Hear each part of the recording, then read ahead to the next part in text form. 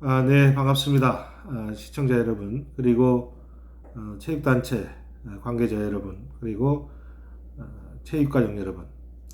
저는 체육계 변화와 혁신을 위한 국민행동이라는 체육단체, 체육시민단체 대변인을 맡고 있는 박종덕 대변인입니다. 오늘 월요일 11월 16일입니다. 오늘은 제가 지금 두 번째 동영상을 찍고 오늘 세 번째인데, 오늘은 제가 체육계 변화와 혁신이라는 화두를 가지고서 얘기를 좀 풀어나가자 합니다.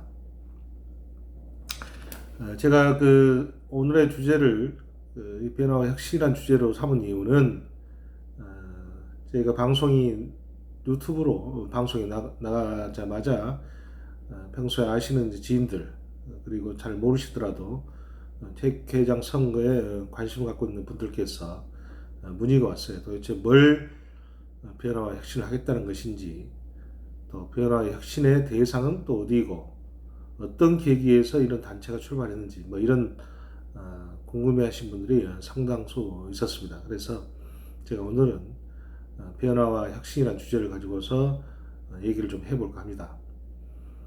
아시다시피 지금 체육계는, 지금 대한체육회는 2016년도에 12월 5일날 선거를 통해서 단일 체육회장을 선출했습니다. 국민생활체육회하고 그리고 엘리트 중심의 대한체육회와 통합을 해서 통합대한체육회가 출발했는데, 그리고 그 통합대한체육회만 출범한 게 아니라 그 산하에 있는 가맹단체들이죠.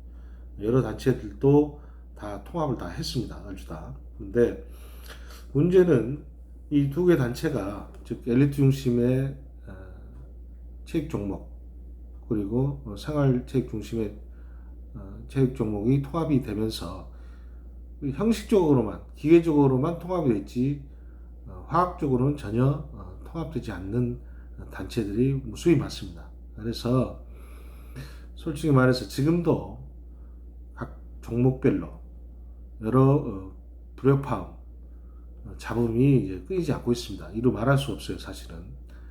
그리고 솔직히 말해서 지금 시도체육회 내지는 시군구 체육회의 여러 고질적인 병폐들이 언론 보도를 통해서 많이 나타나고 있습니다. 여러 가지 부정비리 사건도 있었고, 또 보기 민망한 성추문 사건도 있고 하는데, 아무튼 이런 사건들이 체육계 내부에서는 끊이지 않고 발생하고 있습니다, 사실은.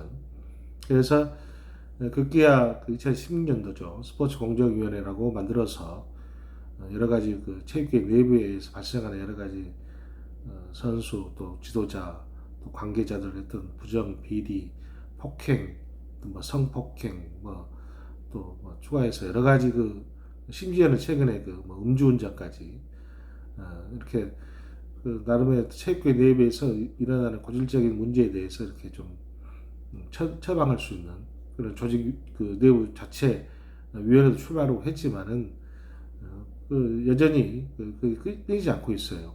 끊이지 않고 있고, 그 이유가 뭔가라고 여러 이제 진단을 해봤습니다.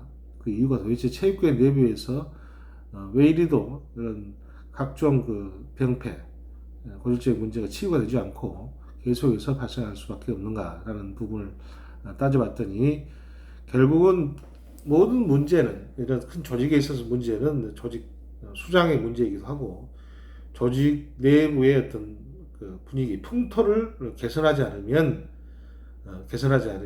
결코 바뀔 수가 없다. 이런 결론에 도달하게 됐습니다. 결국은 그런 풍토 개선, 조직 문화를 개선해야 되는 것이고, 그러기 위해서는 조직의 수장인 대한체육회장이겠죠. 회장이 누구보다 앞장서 계획적인 성향의 인사가 돼야만 조직의 문화를 계획적으로 바꿀 수 있다라는 결론에 이르렀습니다. 그렇지 않고서는 도로하면 탐으로 되는 거예요. 그래서 저희가 뭐 여러 사례가 많지만은 한두 가지 사례를 좀 이야기하자 그러면, 가령 뭐 특정 후보를 염두에 둔 일이긴 하지만은, 가령 요트협회 요트협회 회장의 어떤 연임 비준 문제에 둘러싸고 여러 이제 언론에서 많이 다뤘었는데 어, 당시 그 요트협회 2016년도 10월 5일 선거 끝난 뒤에 2017년도죠. 2017년도에 5월경에 요트협회 그 회장을 모셔보기 위해서 여러 이제 그 요트협회 내부에서 얘기가 있었어요. 그래서 지금 현 회장이신 유준상 회장이 당시 단독 후보로 출마해서 단독 후보로 출마해서 약 93%의 지지를 받아서 당선이 됐습니다. 그런데 과거에 요트협회 하기 전에 대한 롤러 연맹이죠. 대한 롤러 인라인 롤러 연맹을 회장을 두 차례 역임을 했습니다. 두 차례. 그리고 이제 연임을 한 다음에 중간에 이제 사임을 하시고 약 한 10개월 이상 거의 1년 가까이 그러니까 사임 기간이었어요. 그런 다음에 이제 요트협회에서 그분에 대해서 다시 영입을 하는 차원에서 해가지고 요트협회 회장에 이제 단독 출마해서 취임이 됐습니다. 그런데 이 규정을 놓고 연임이냐 아니냐, 과거에 연임한 사람들은 2회 이상, 그러니까 3회 연임한 사람들은 할 수 없다라는 이 규정을 가지고서 중간에 사임 기간이 있음에도 불구하고 대한체육회에서 유 회장의 어떤 요트협회 취임에 대해서 인준을 해주지 않았습니다. 그 이유는 금방도 얘기했다시피 두 차례 연임하고 또 연이어서 했다는 거예요. 연이어서. 유 회장 측 주장은 그게 아니고 그 규정은 잘못 해석한 거다. 두 번 연임을 한 게 아니고 1회 연임을 했었고 두 차례 했으니까 그런 다음에 약 1년가량 사임을 했었고 쉬었었고 다시 이제 2017년 5월 달에 취임을 했기 때문에 이것은 연임이 아니라 중임이다 라고 주장을 했습니다. 그래서 여러 이제 법조계 의견들이 좀 있었는데 약 95%의 법적 의견들은 이것은 연임이라고 볼 수 없다라는 게 대다수의 의견이었어요. 심지어 대한체육회 내부에서도 유권 해석을 의뢰했는데 유권 해석을 의뢰한 예를 들어서 김현장 우리나라 최대 법무법인이죠. 이곳에서도 연임이라고 볼 수 없다. 그래서 취임이 가능하다라는 식으로 유권 해석을 내려줬습니다. 그럼에도 불구하고 대한체육회 내부에서 특정 인사를 통해서 자꾸 연임으로 억지 해석을 해가지고 소송을 결국은 이제 당했는데 1심에서도 지고 대한체육회가 1심에서도 이제 연임이 아니다라고 이제 판결이 난 거예요. 2심에서도 또 그렇게 또 판결이 났습니다. 그리고 결국 대법원에서도 그렇게 판결이 났어요. 근데 제가 이제 이야기하고 싶은 것은 대다수 법조인들이 연임이 아니다고 판결을 하고 정상적인 취임이다라고 했으면 인준을 해주고 요트협회 정상화를 위해서 활동할 수 있게끔 하는 게 순리입니다.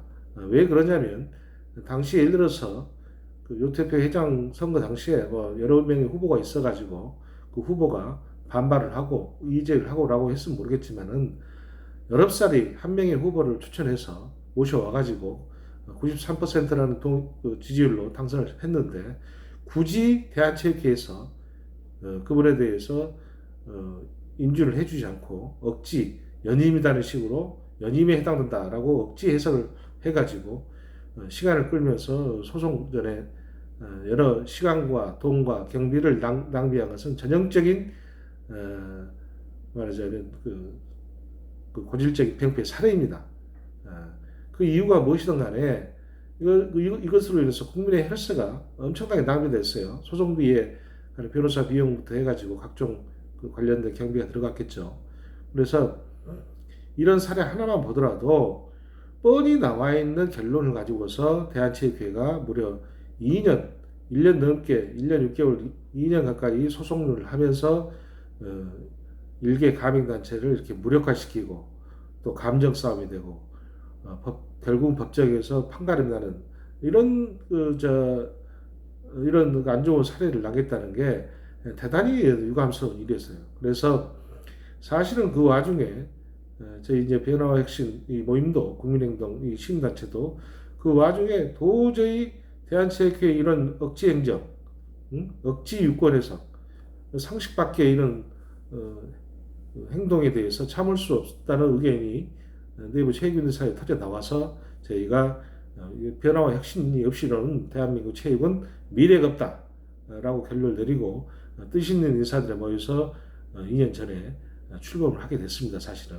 그래서 그 뒤에 이제 뭐 별다른 활동보다는 체육계 행정에 대해서 예의주시하면서 감시 업무를 쭉 해왔었는데 이번에 지금 현재 저희가 그 대한체육회 선거를 앞두고 여러 가지 지금 모니터를 하고 있어요. 과연 공정성 있는 선거, 공정성을 할 것인지 또 중립성 이런 부분들에 대해서 예의주시하면서 지금 상황을 지켜보고 있습니다.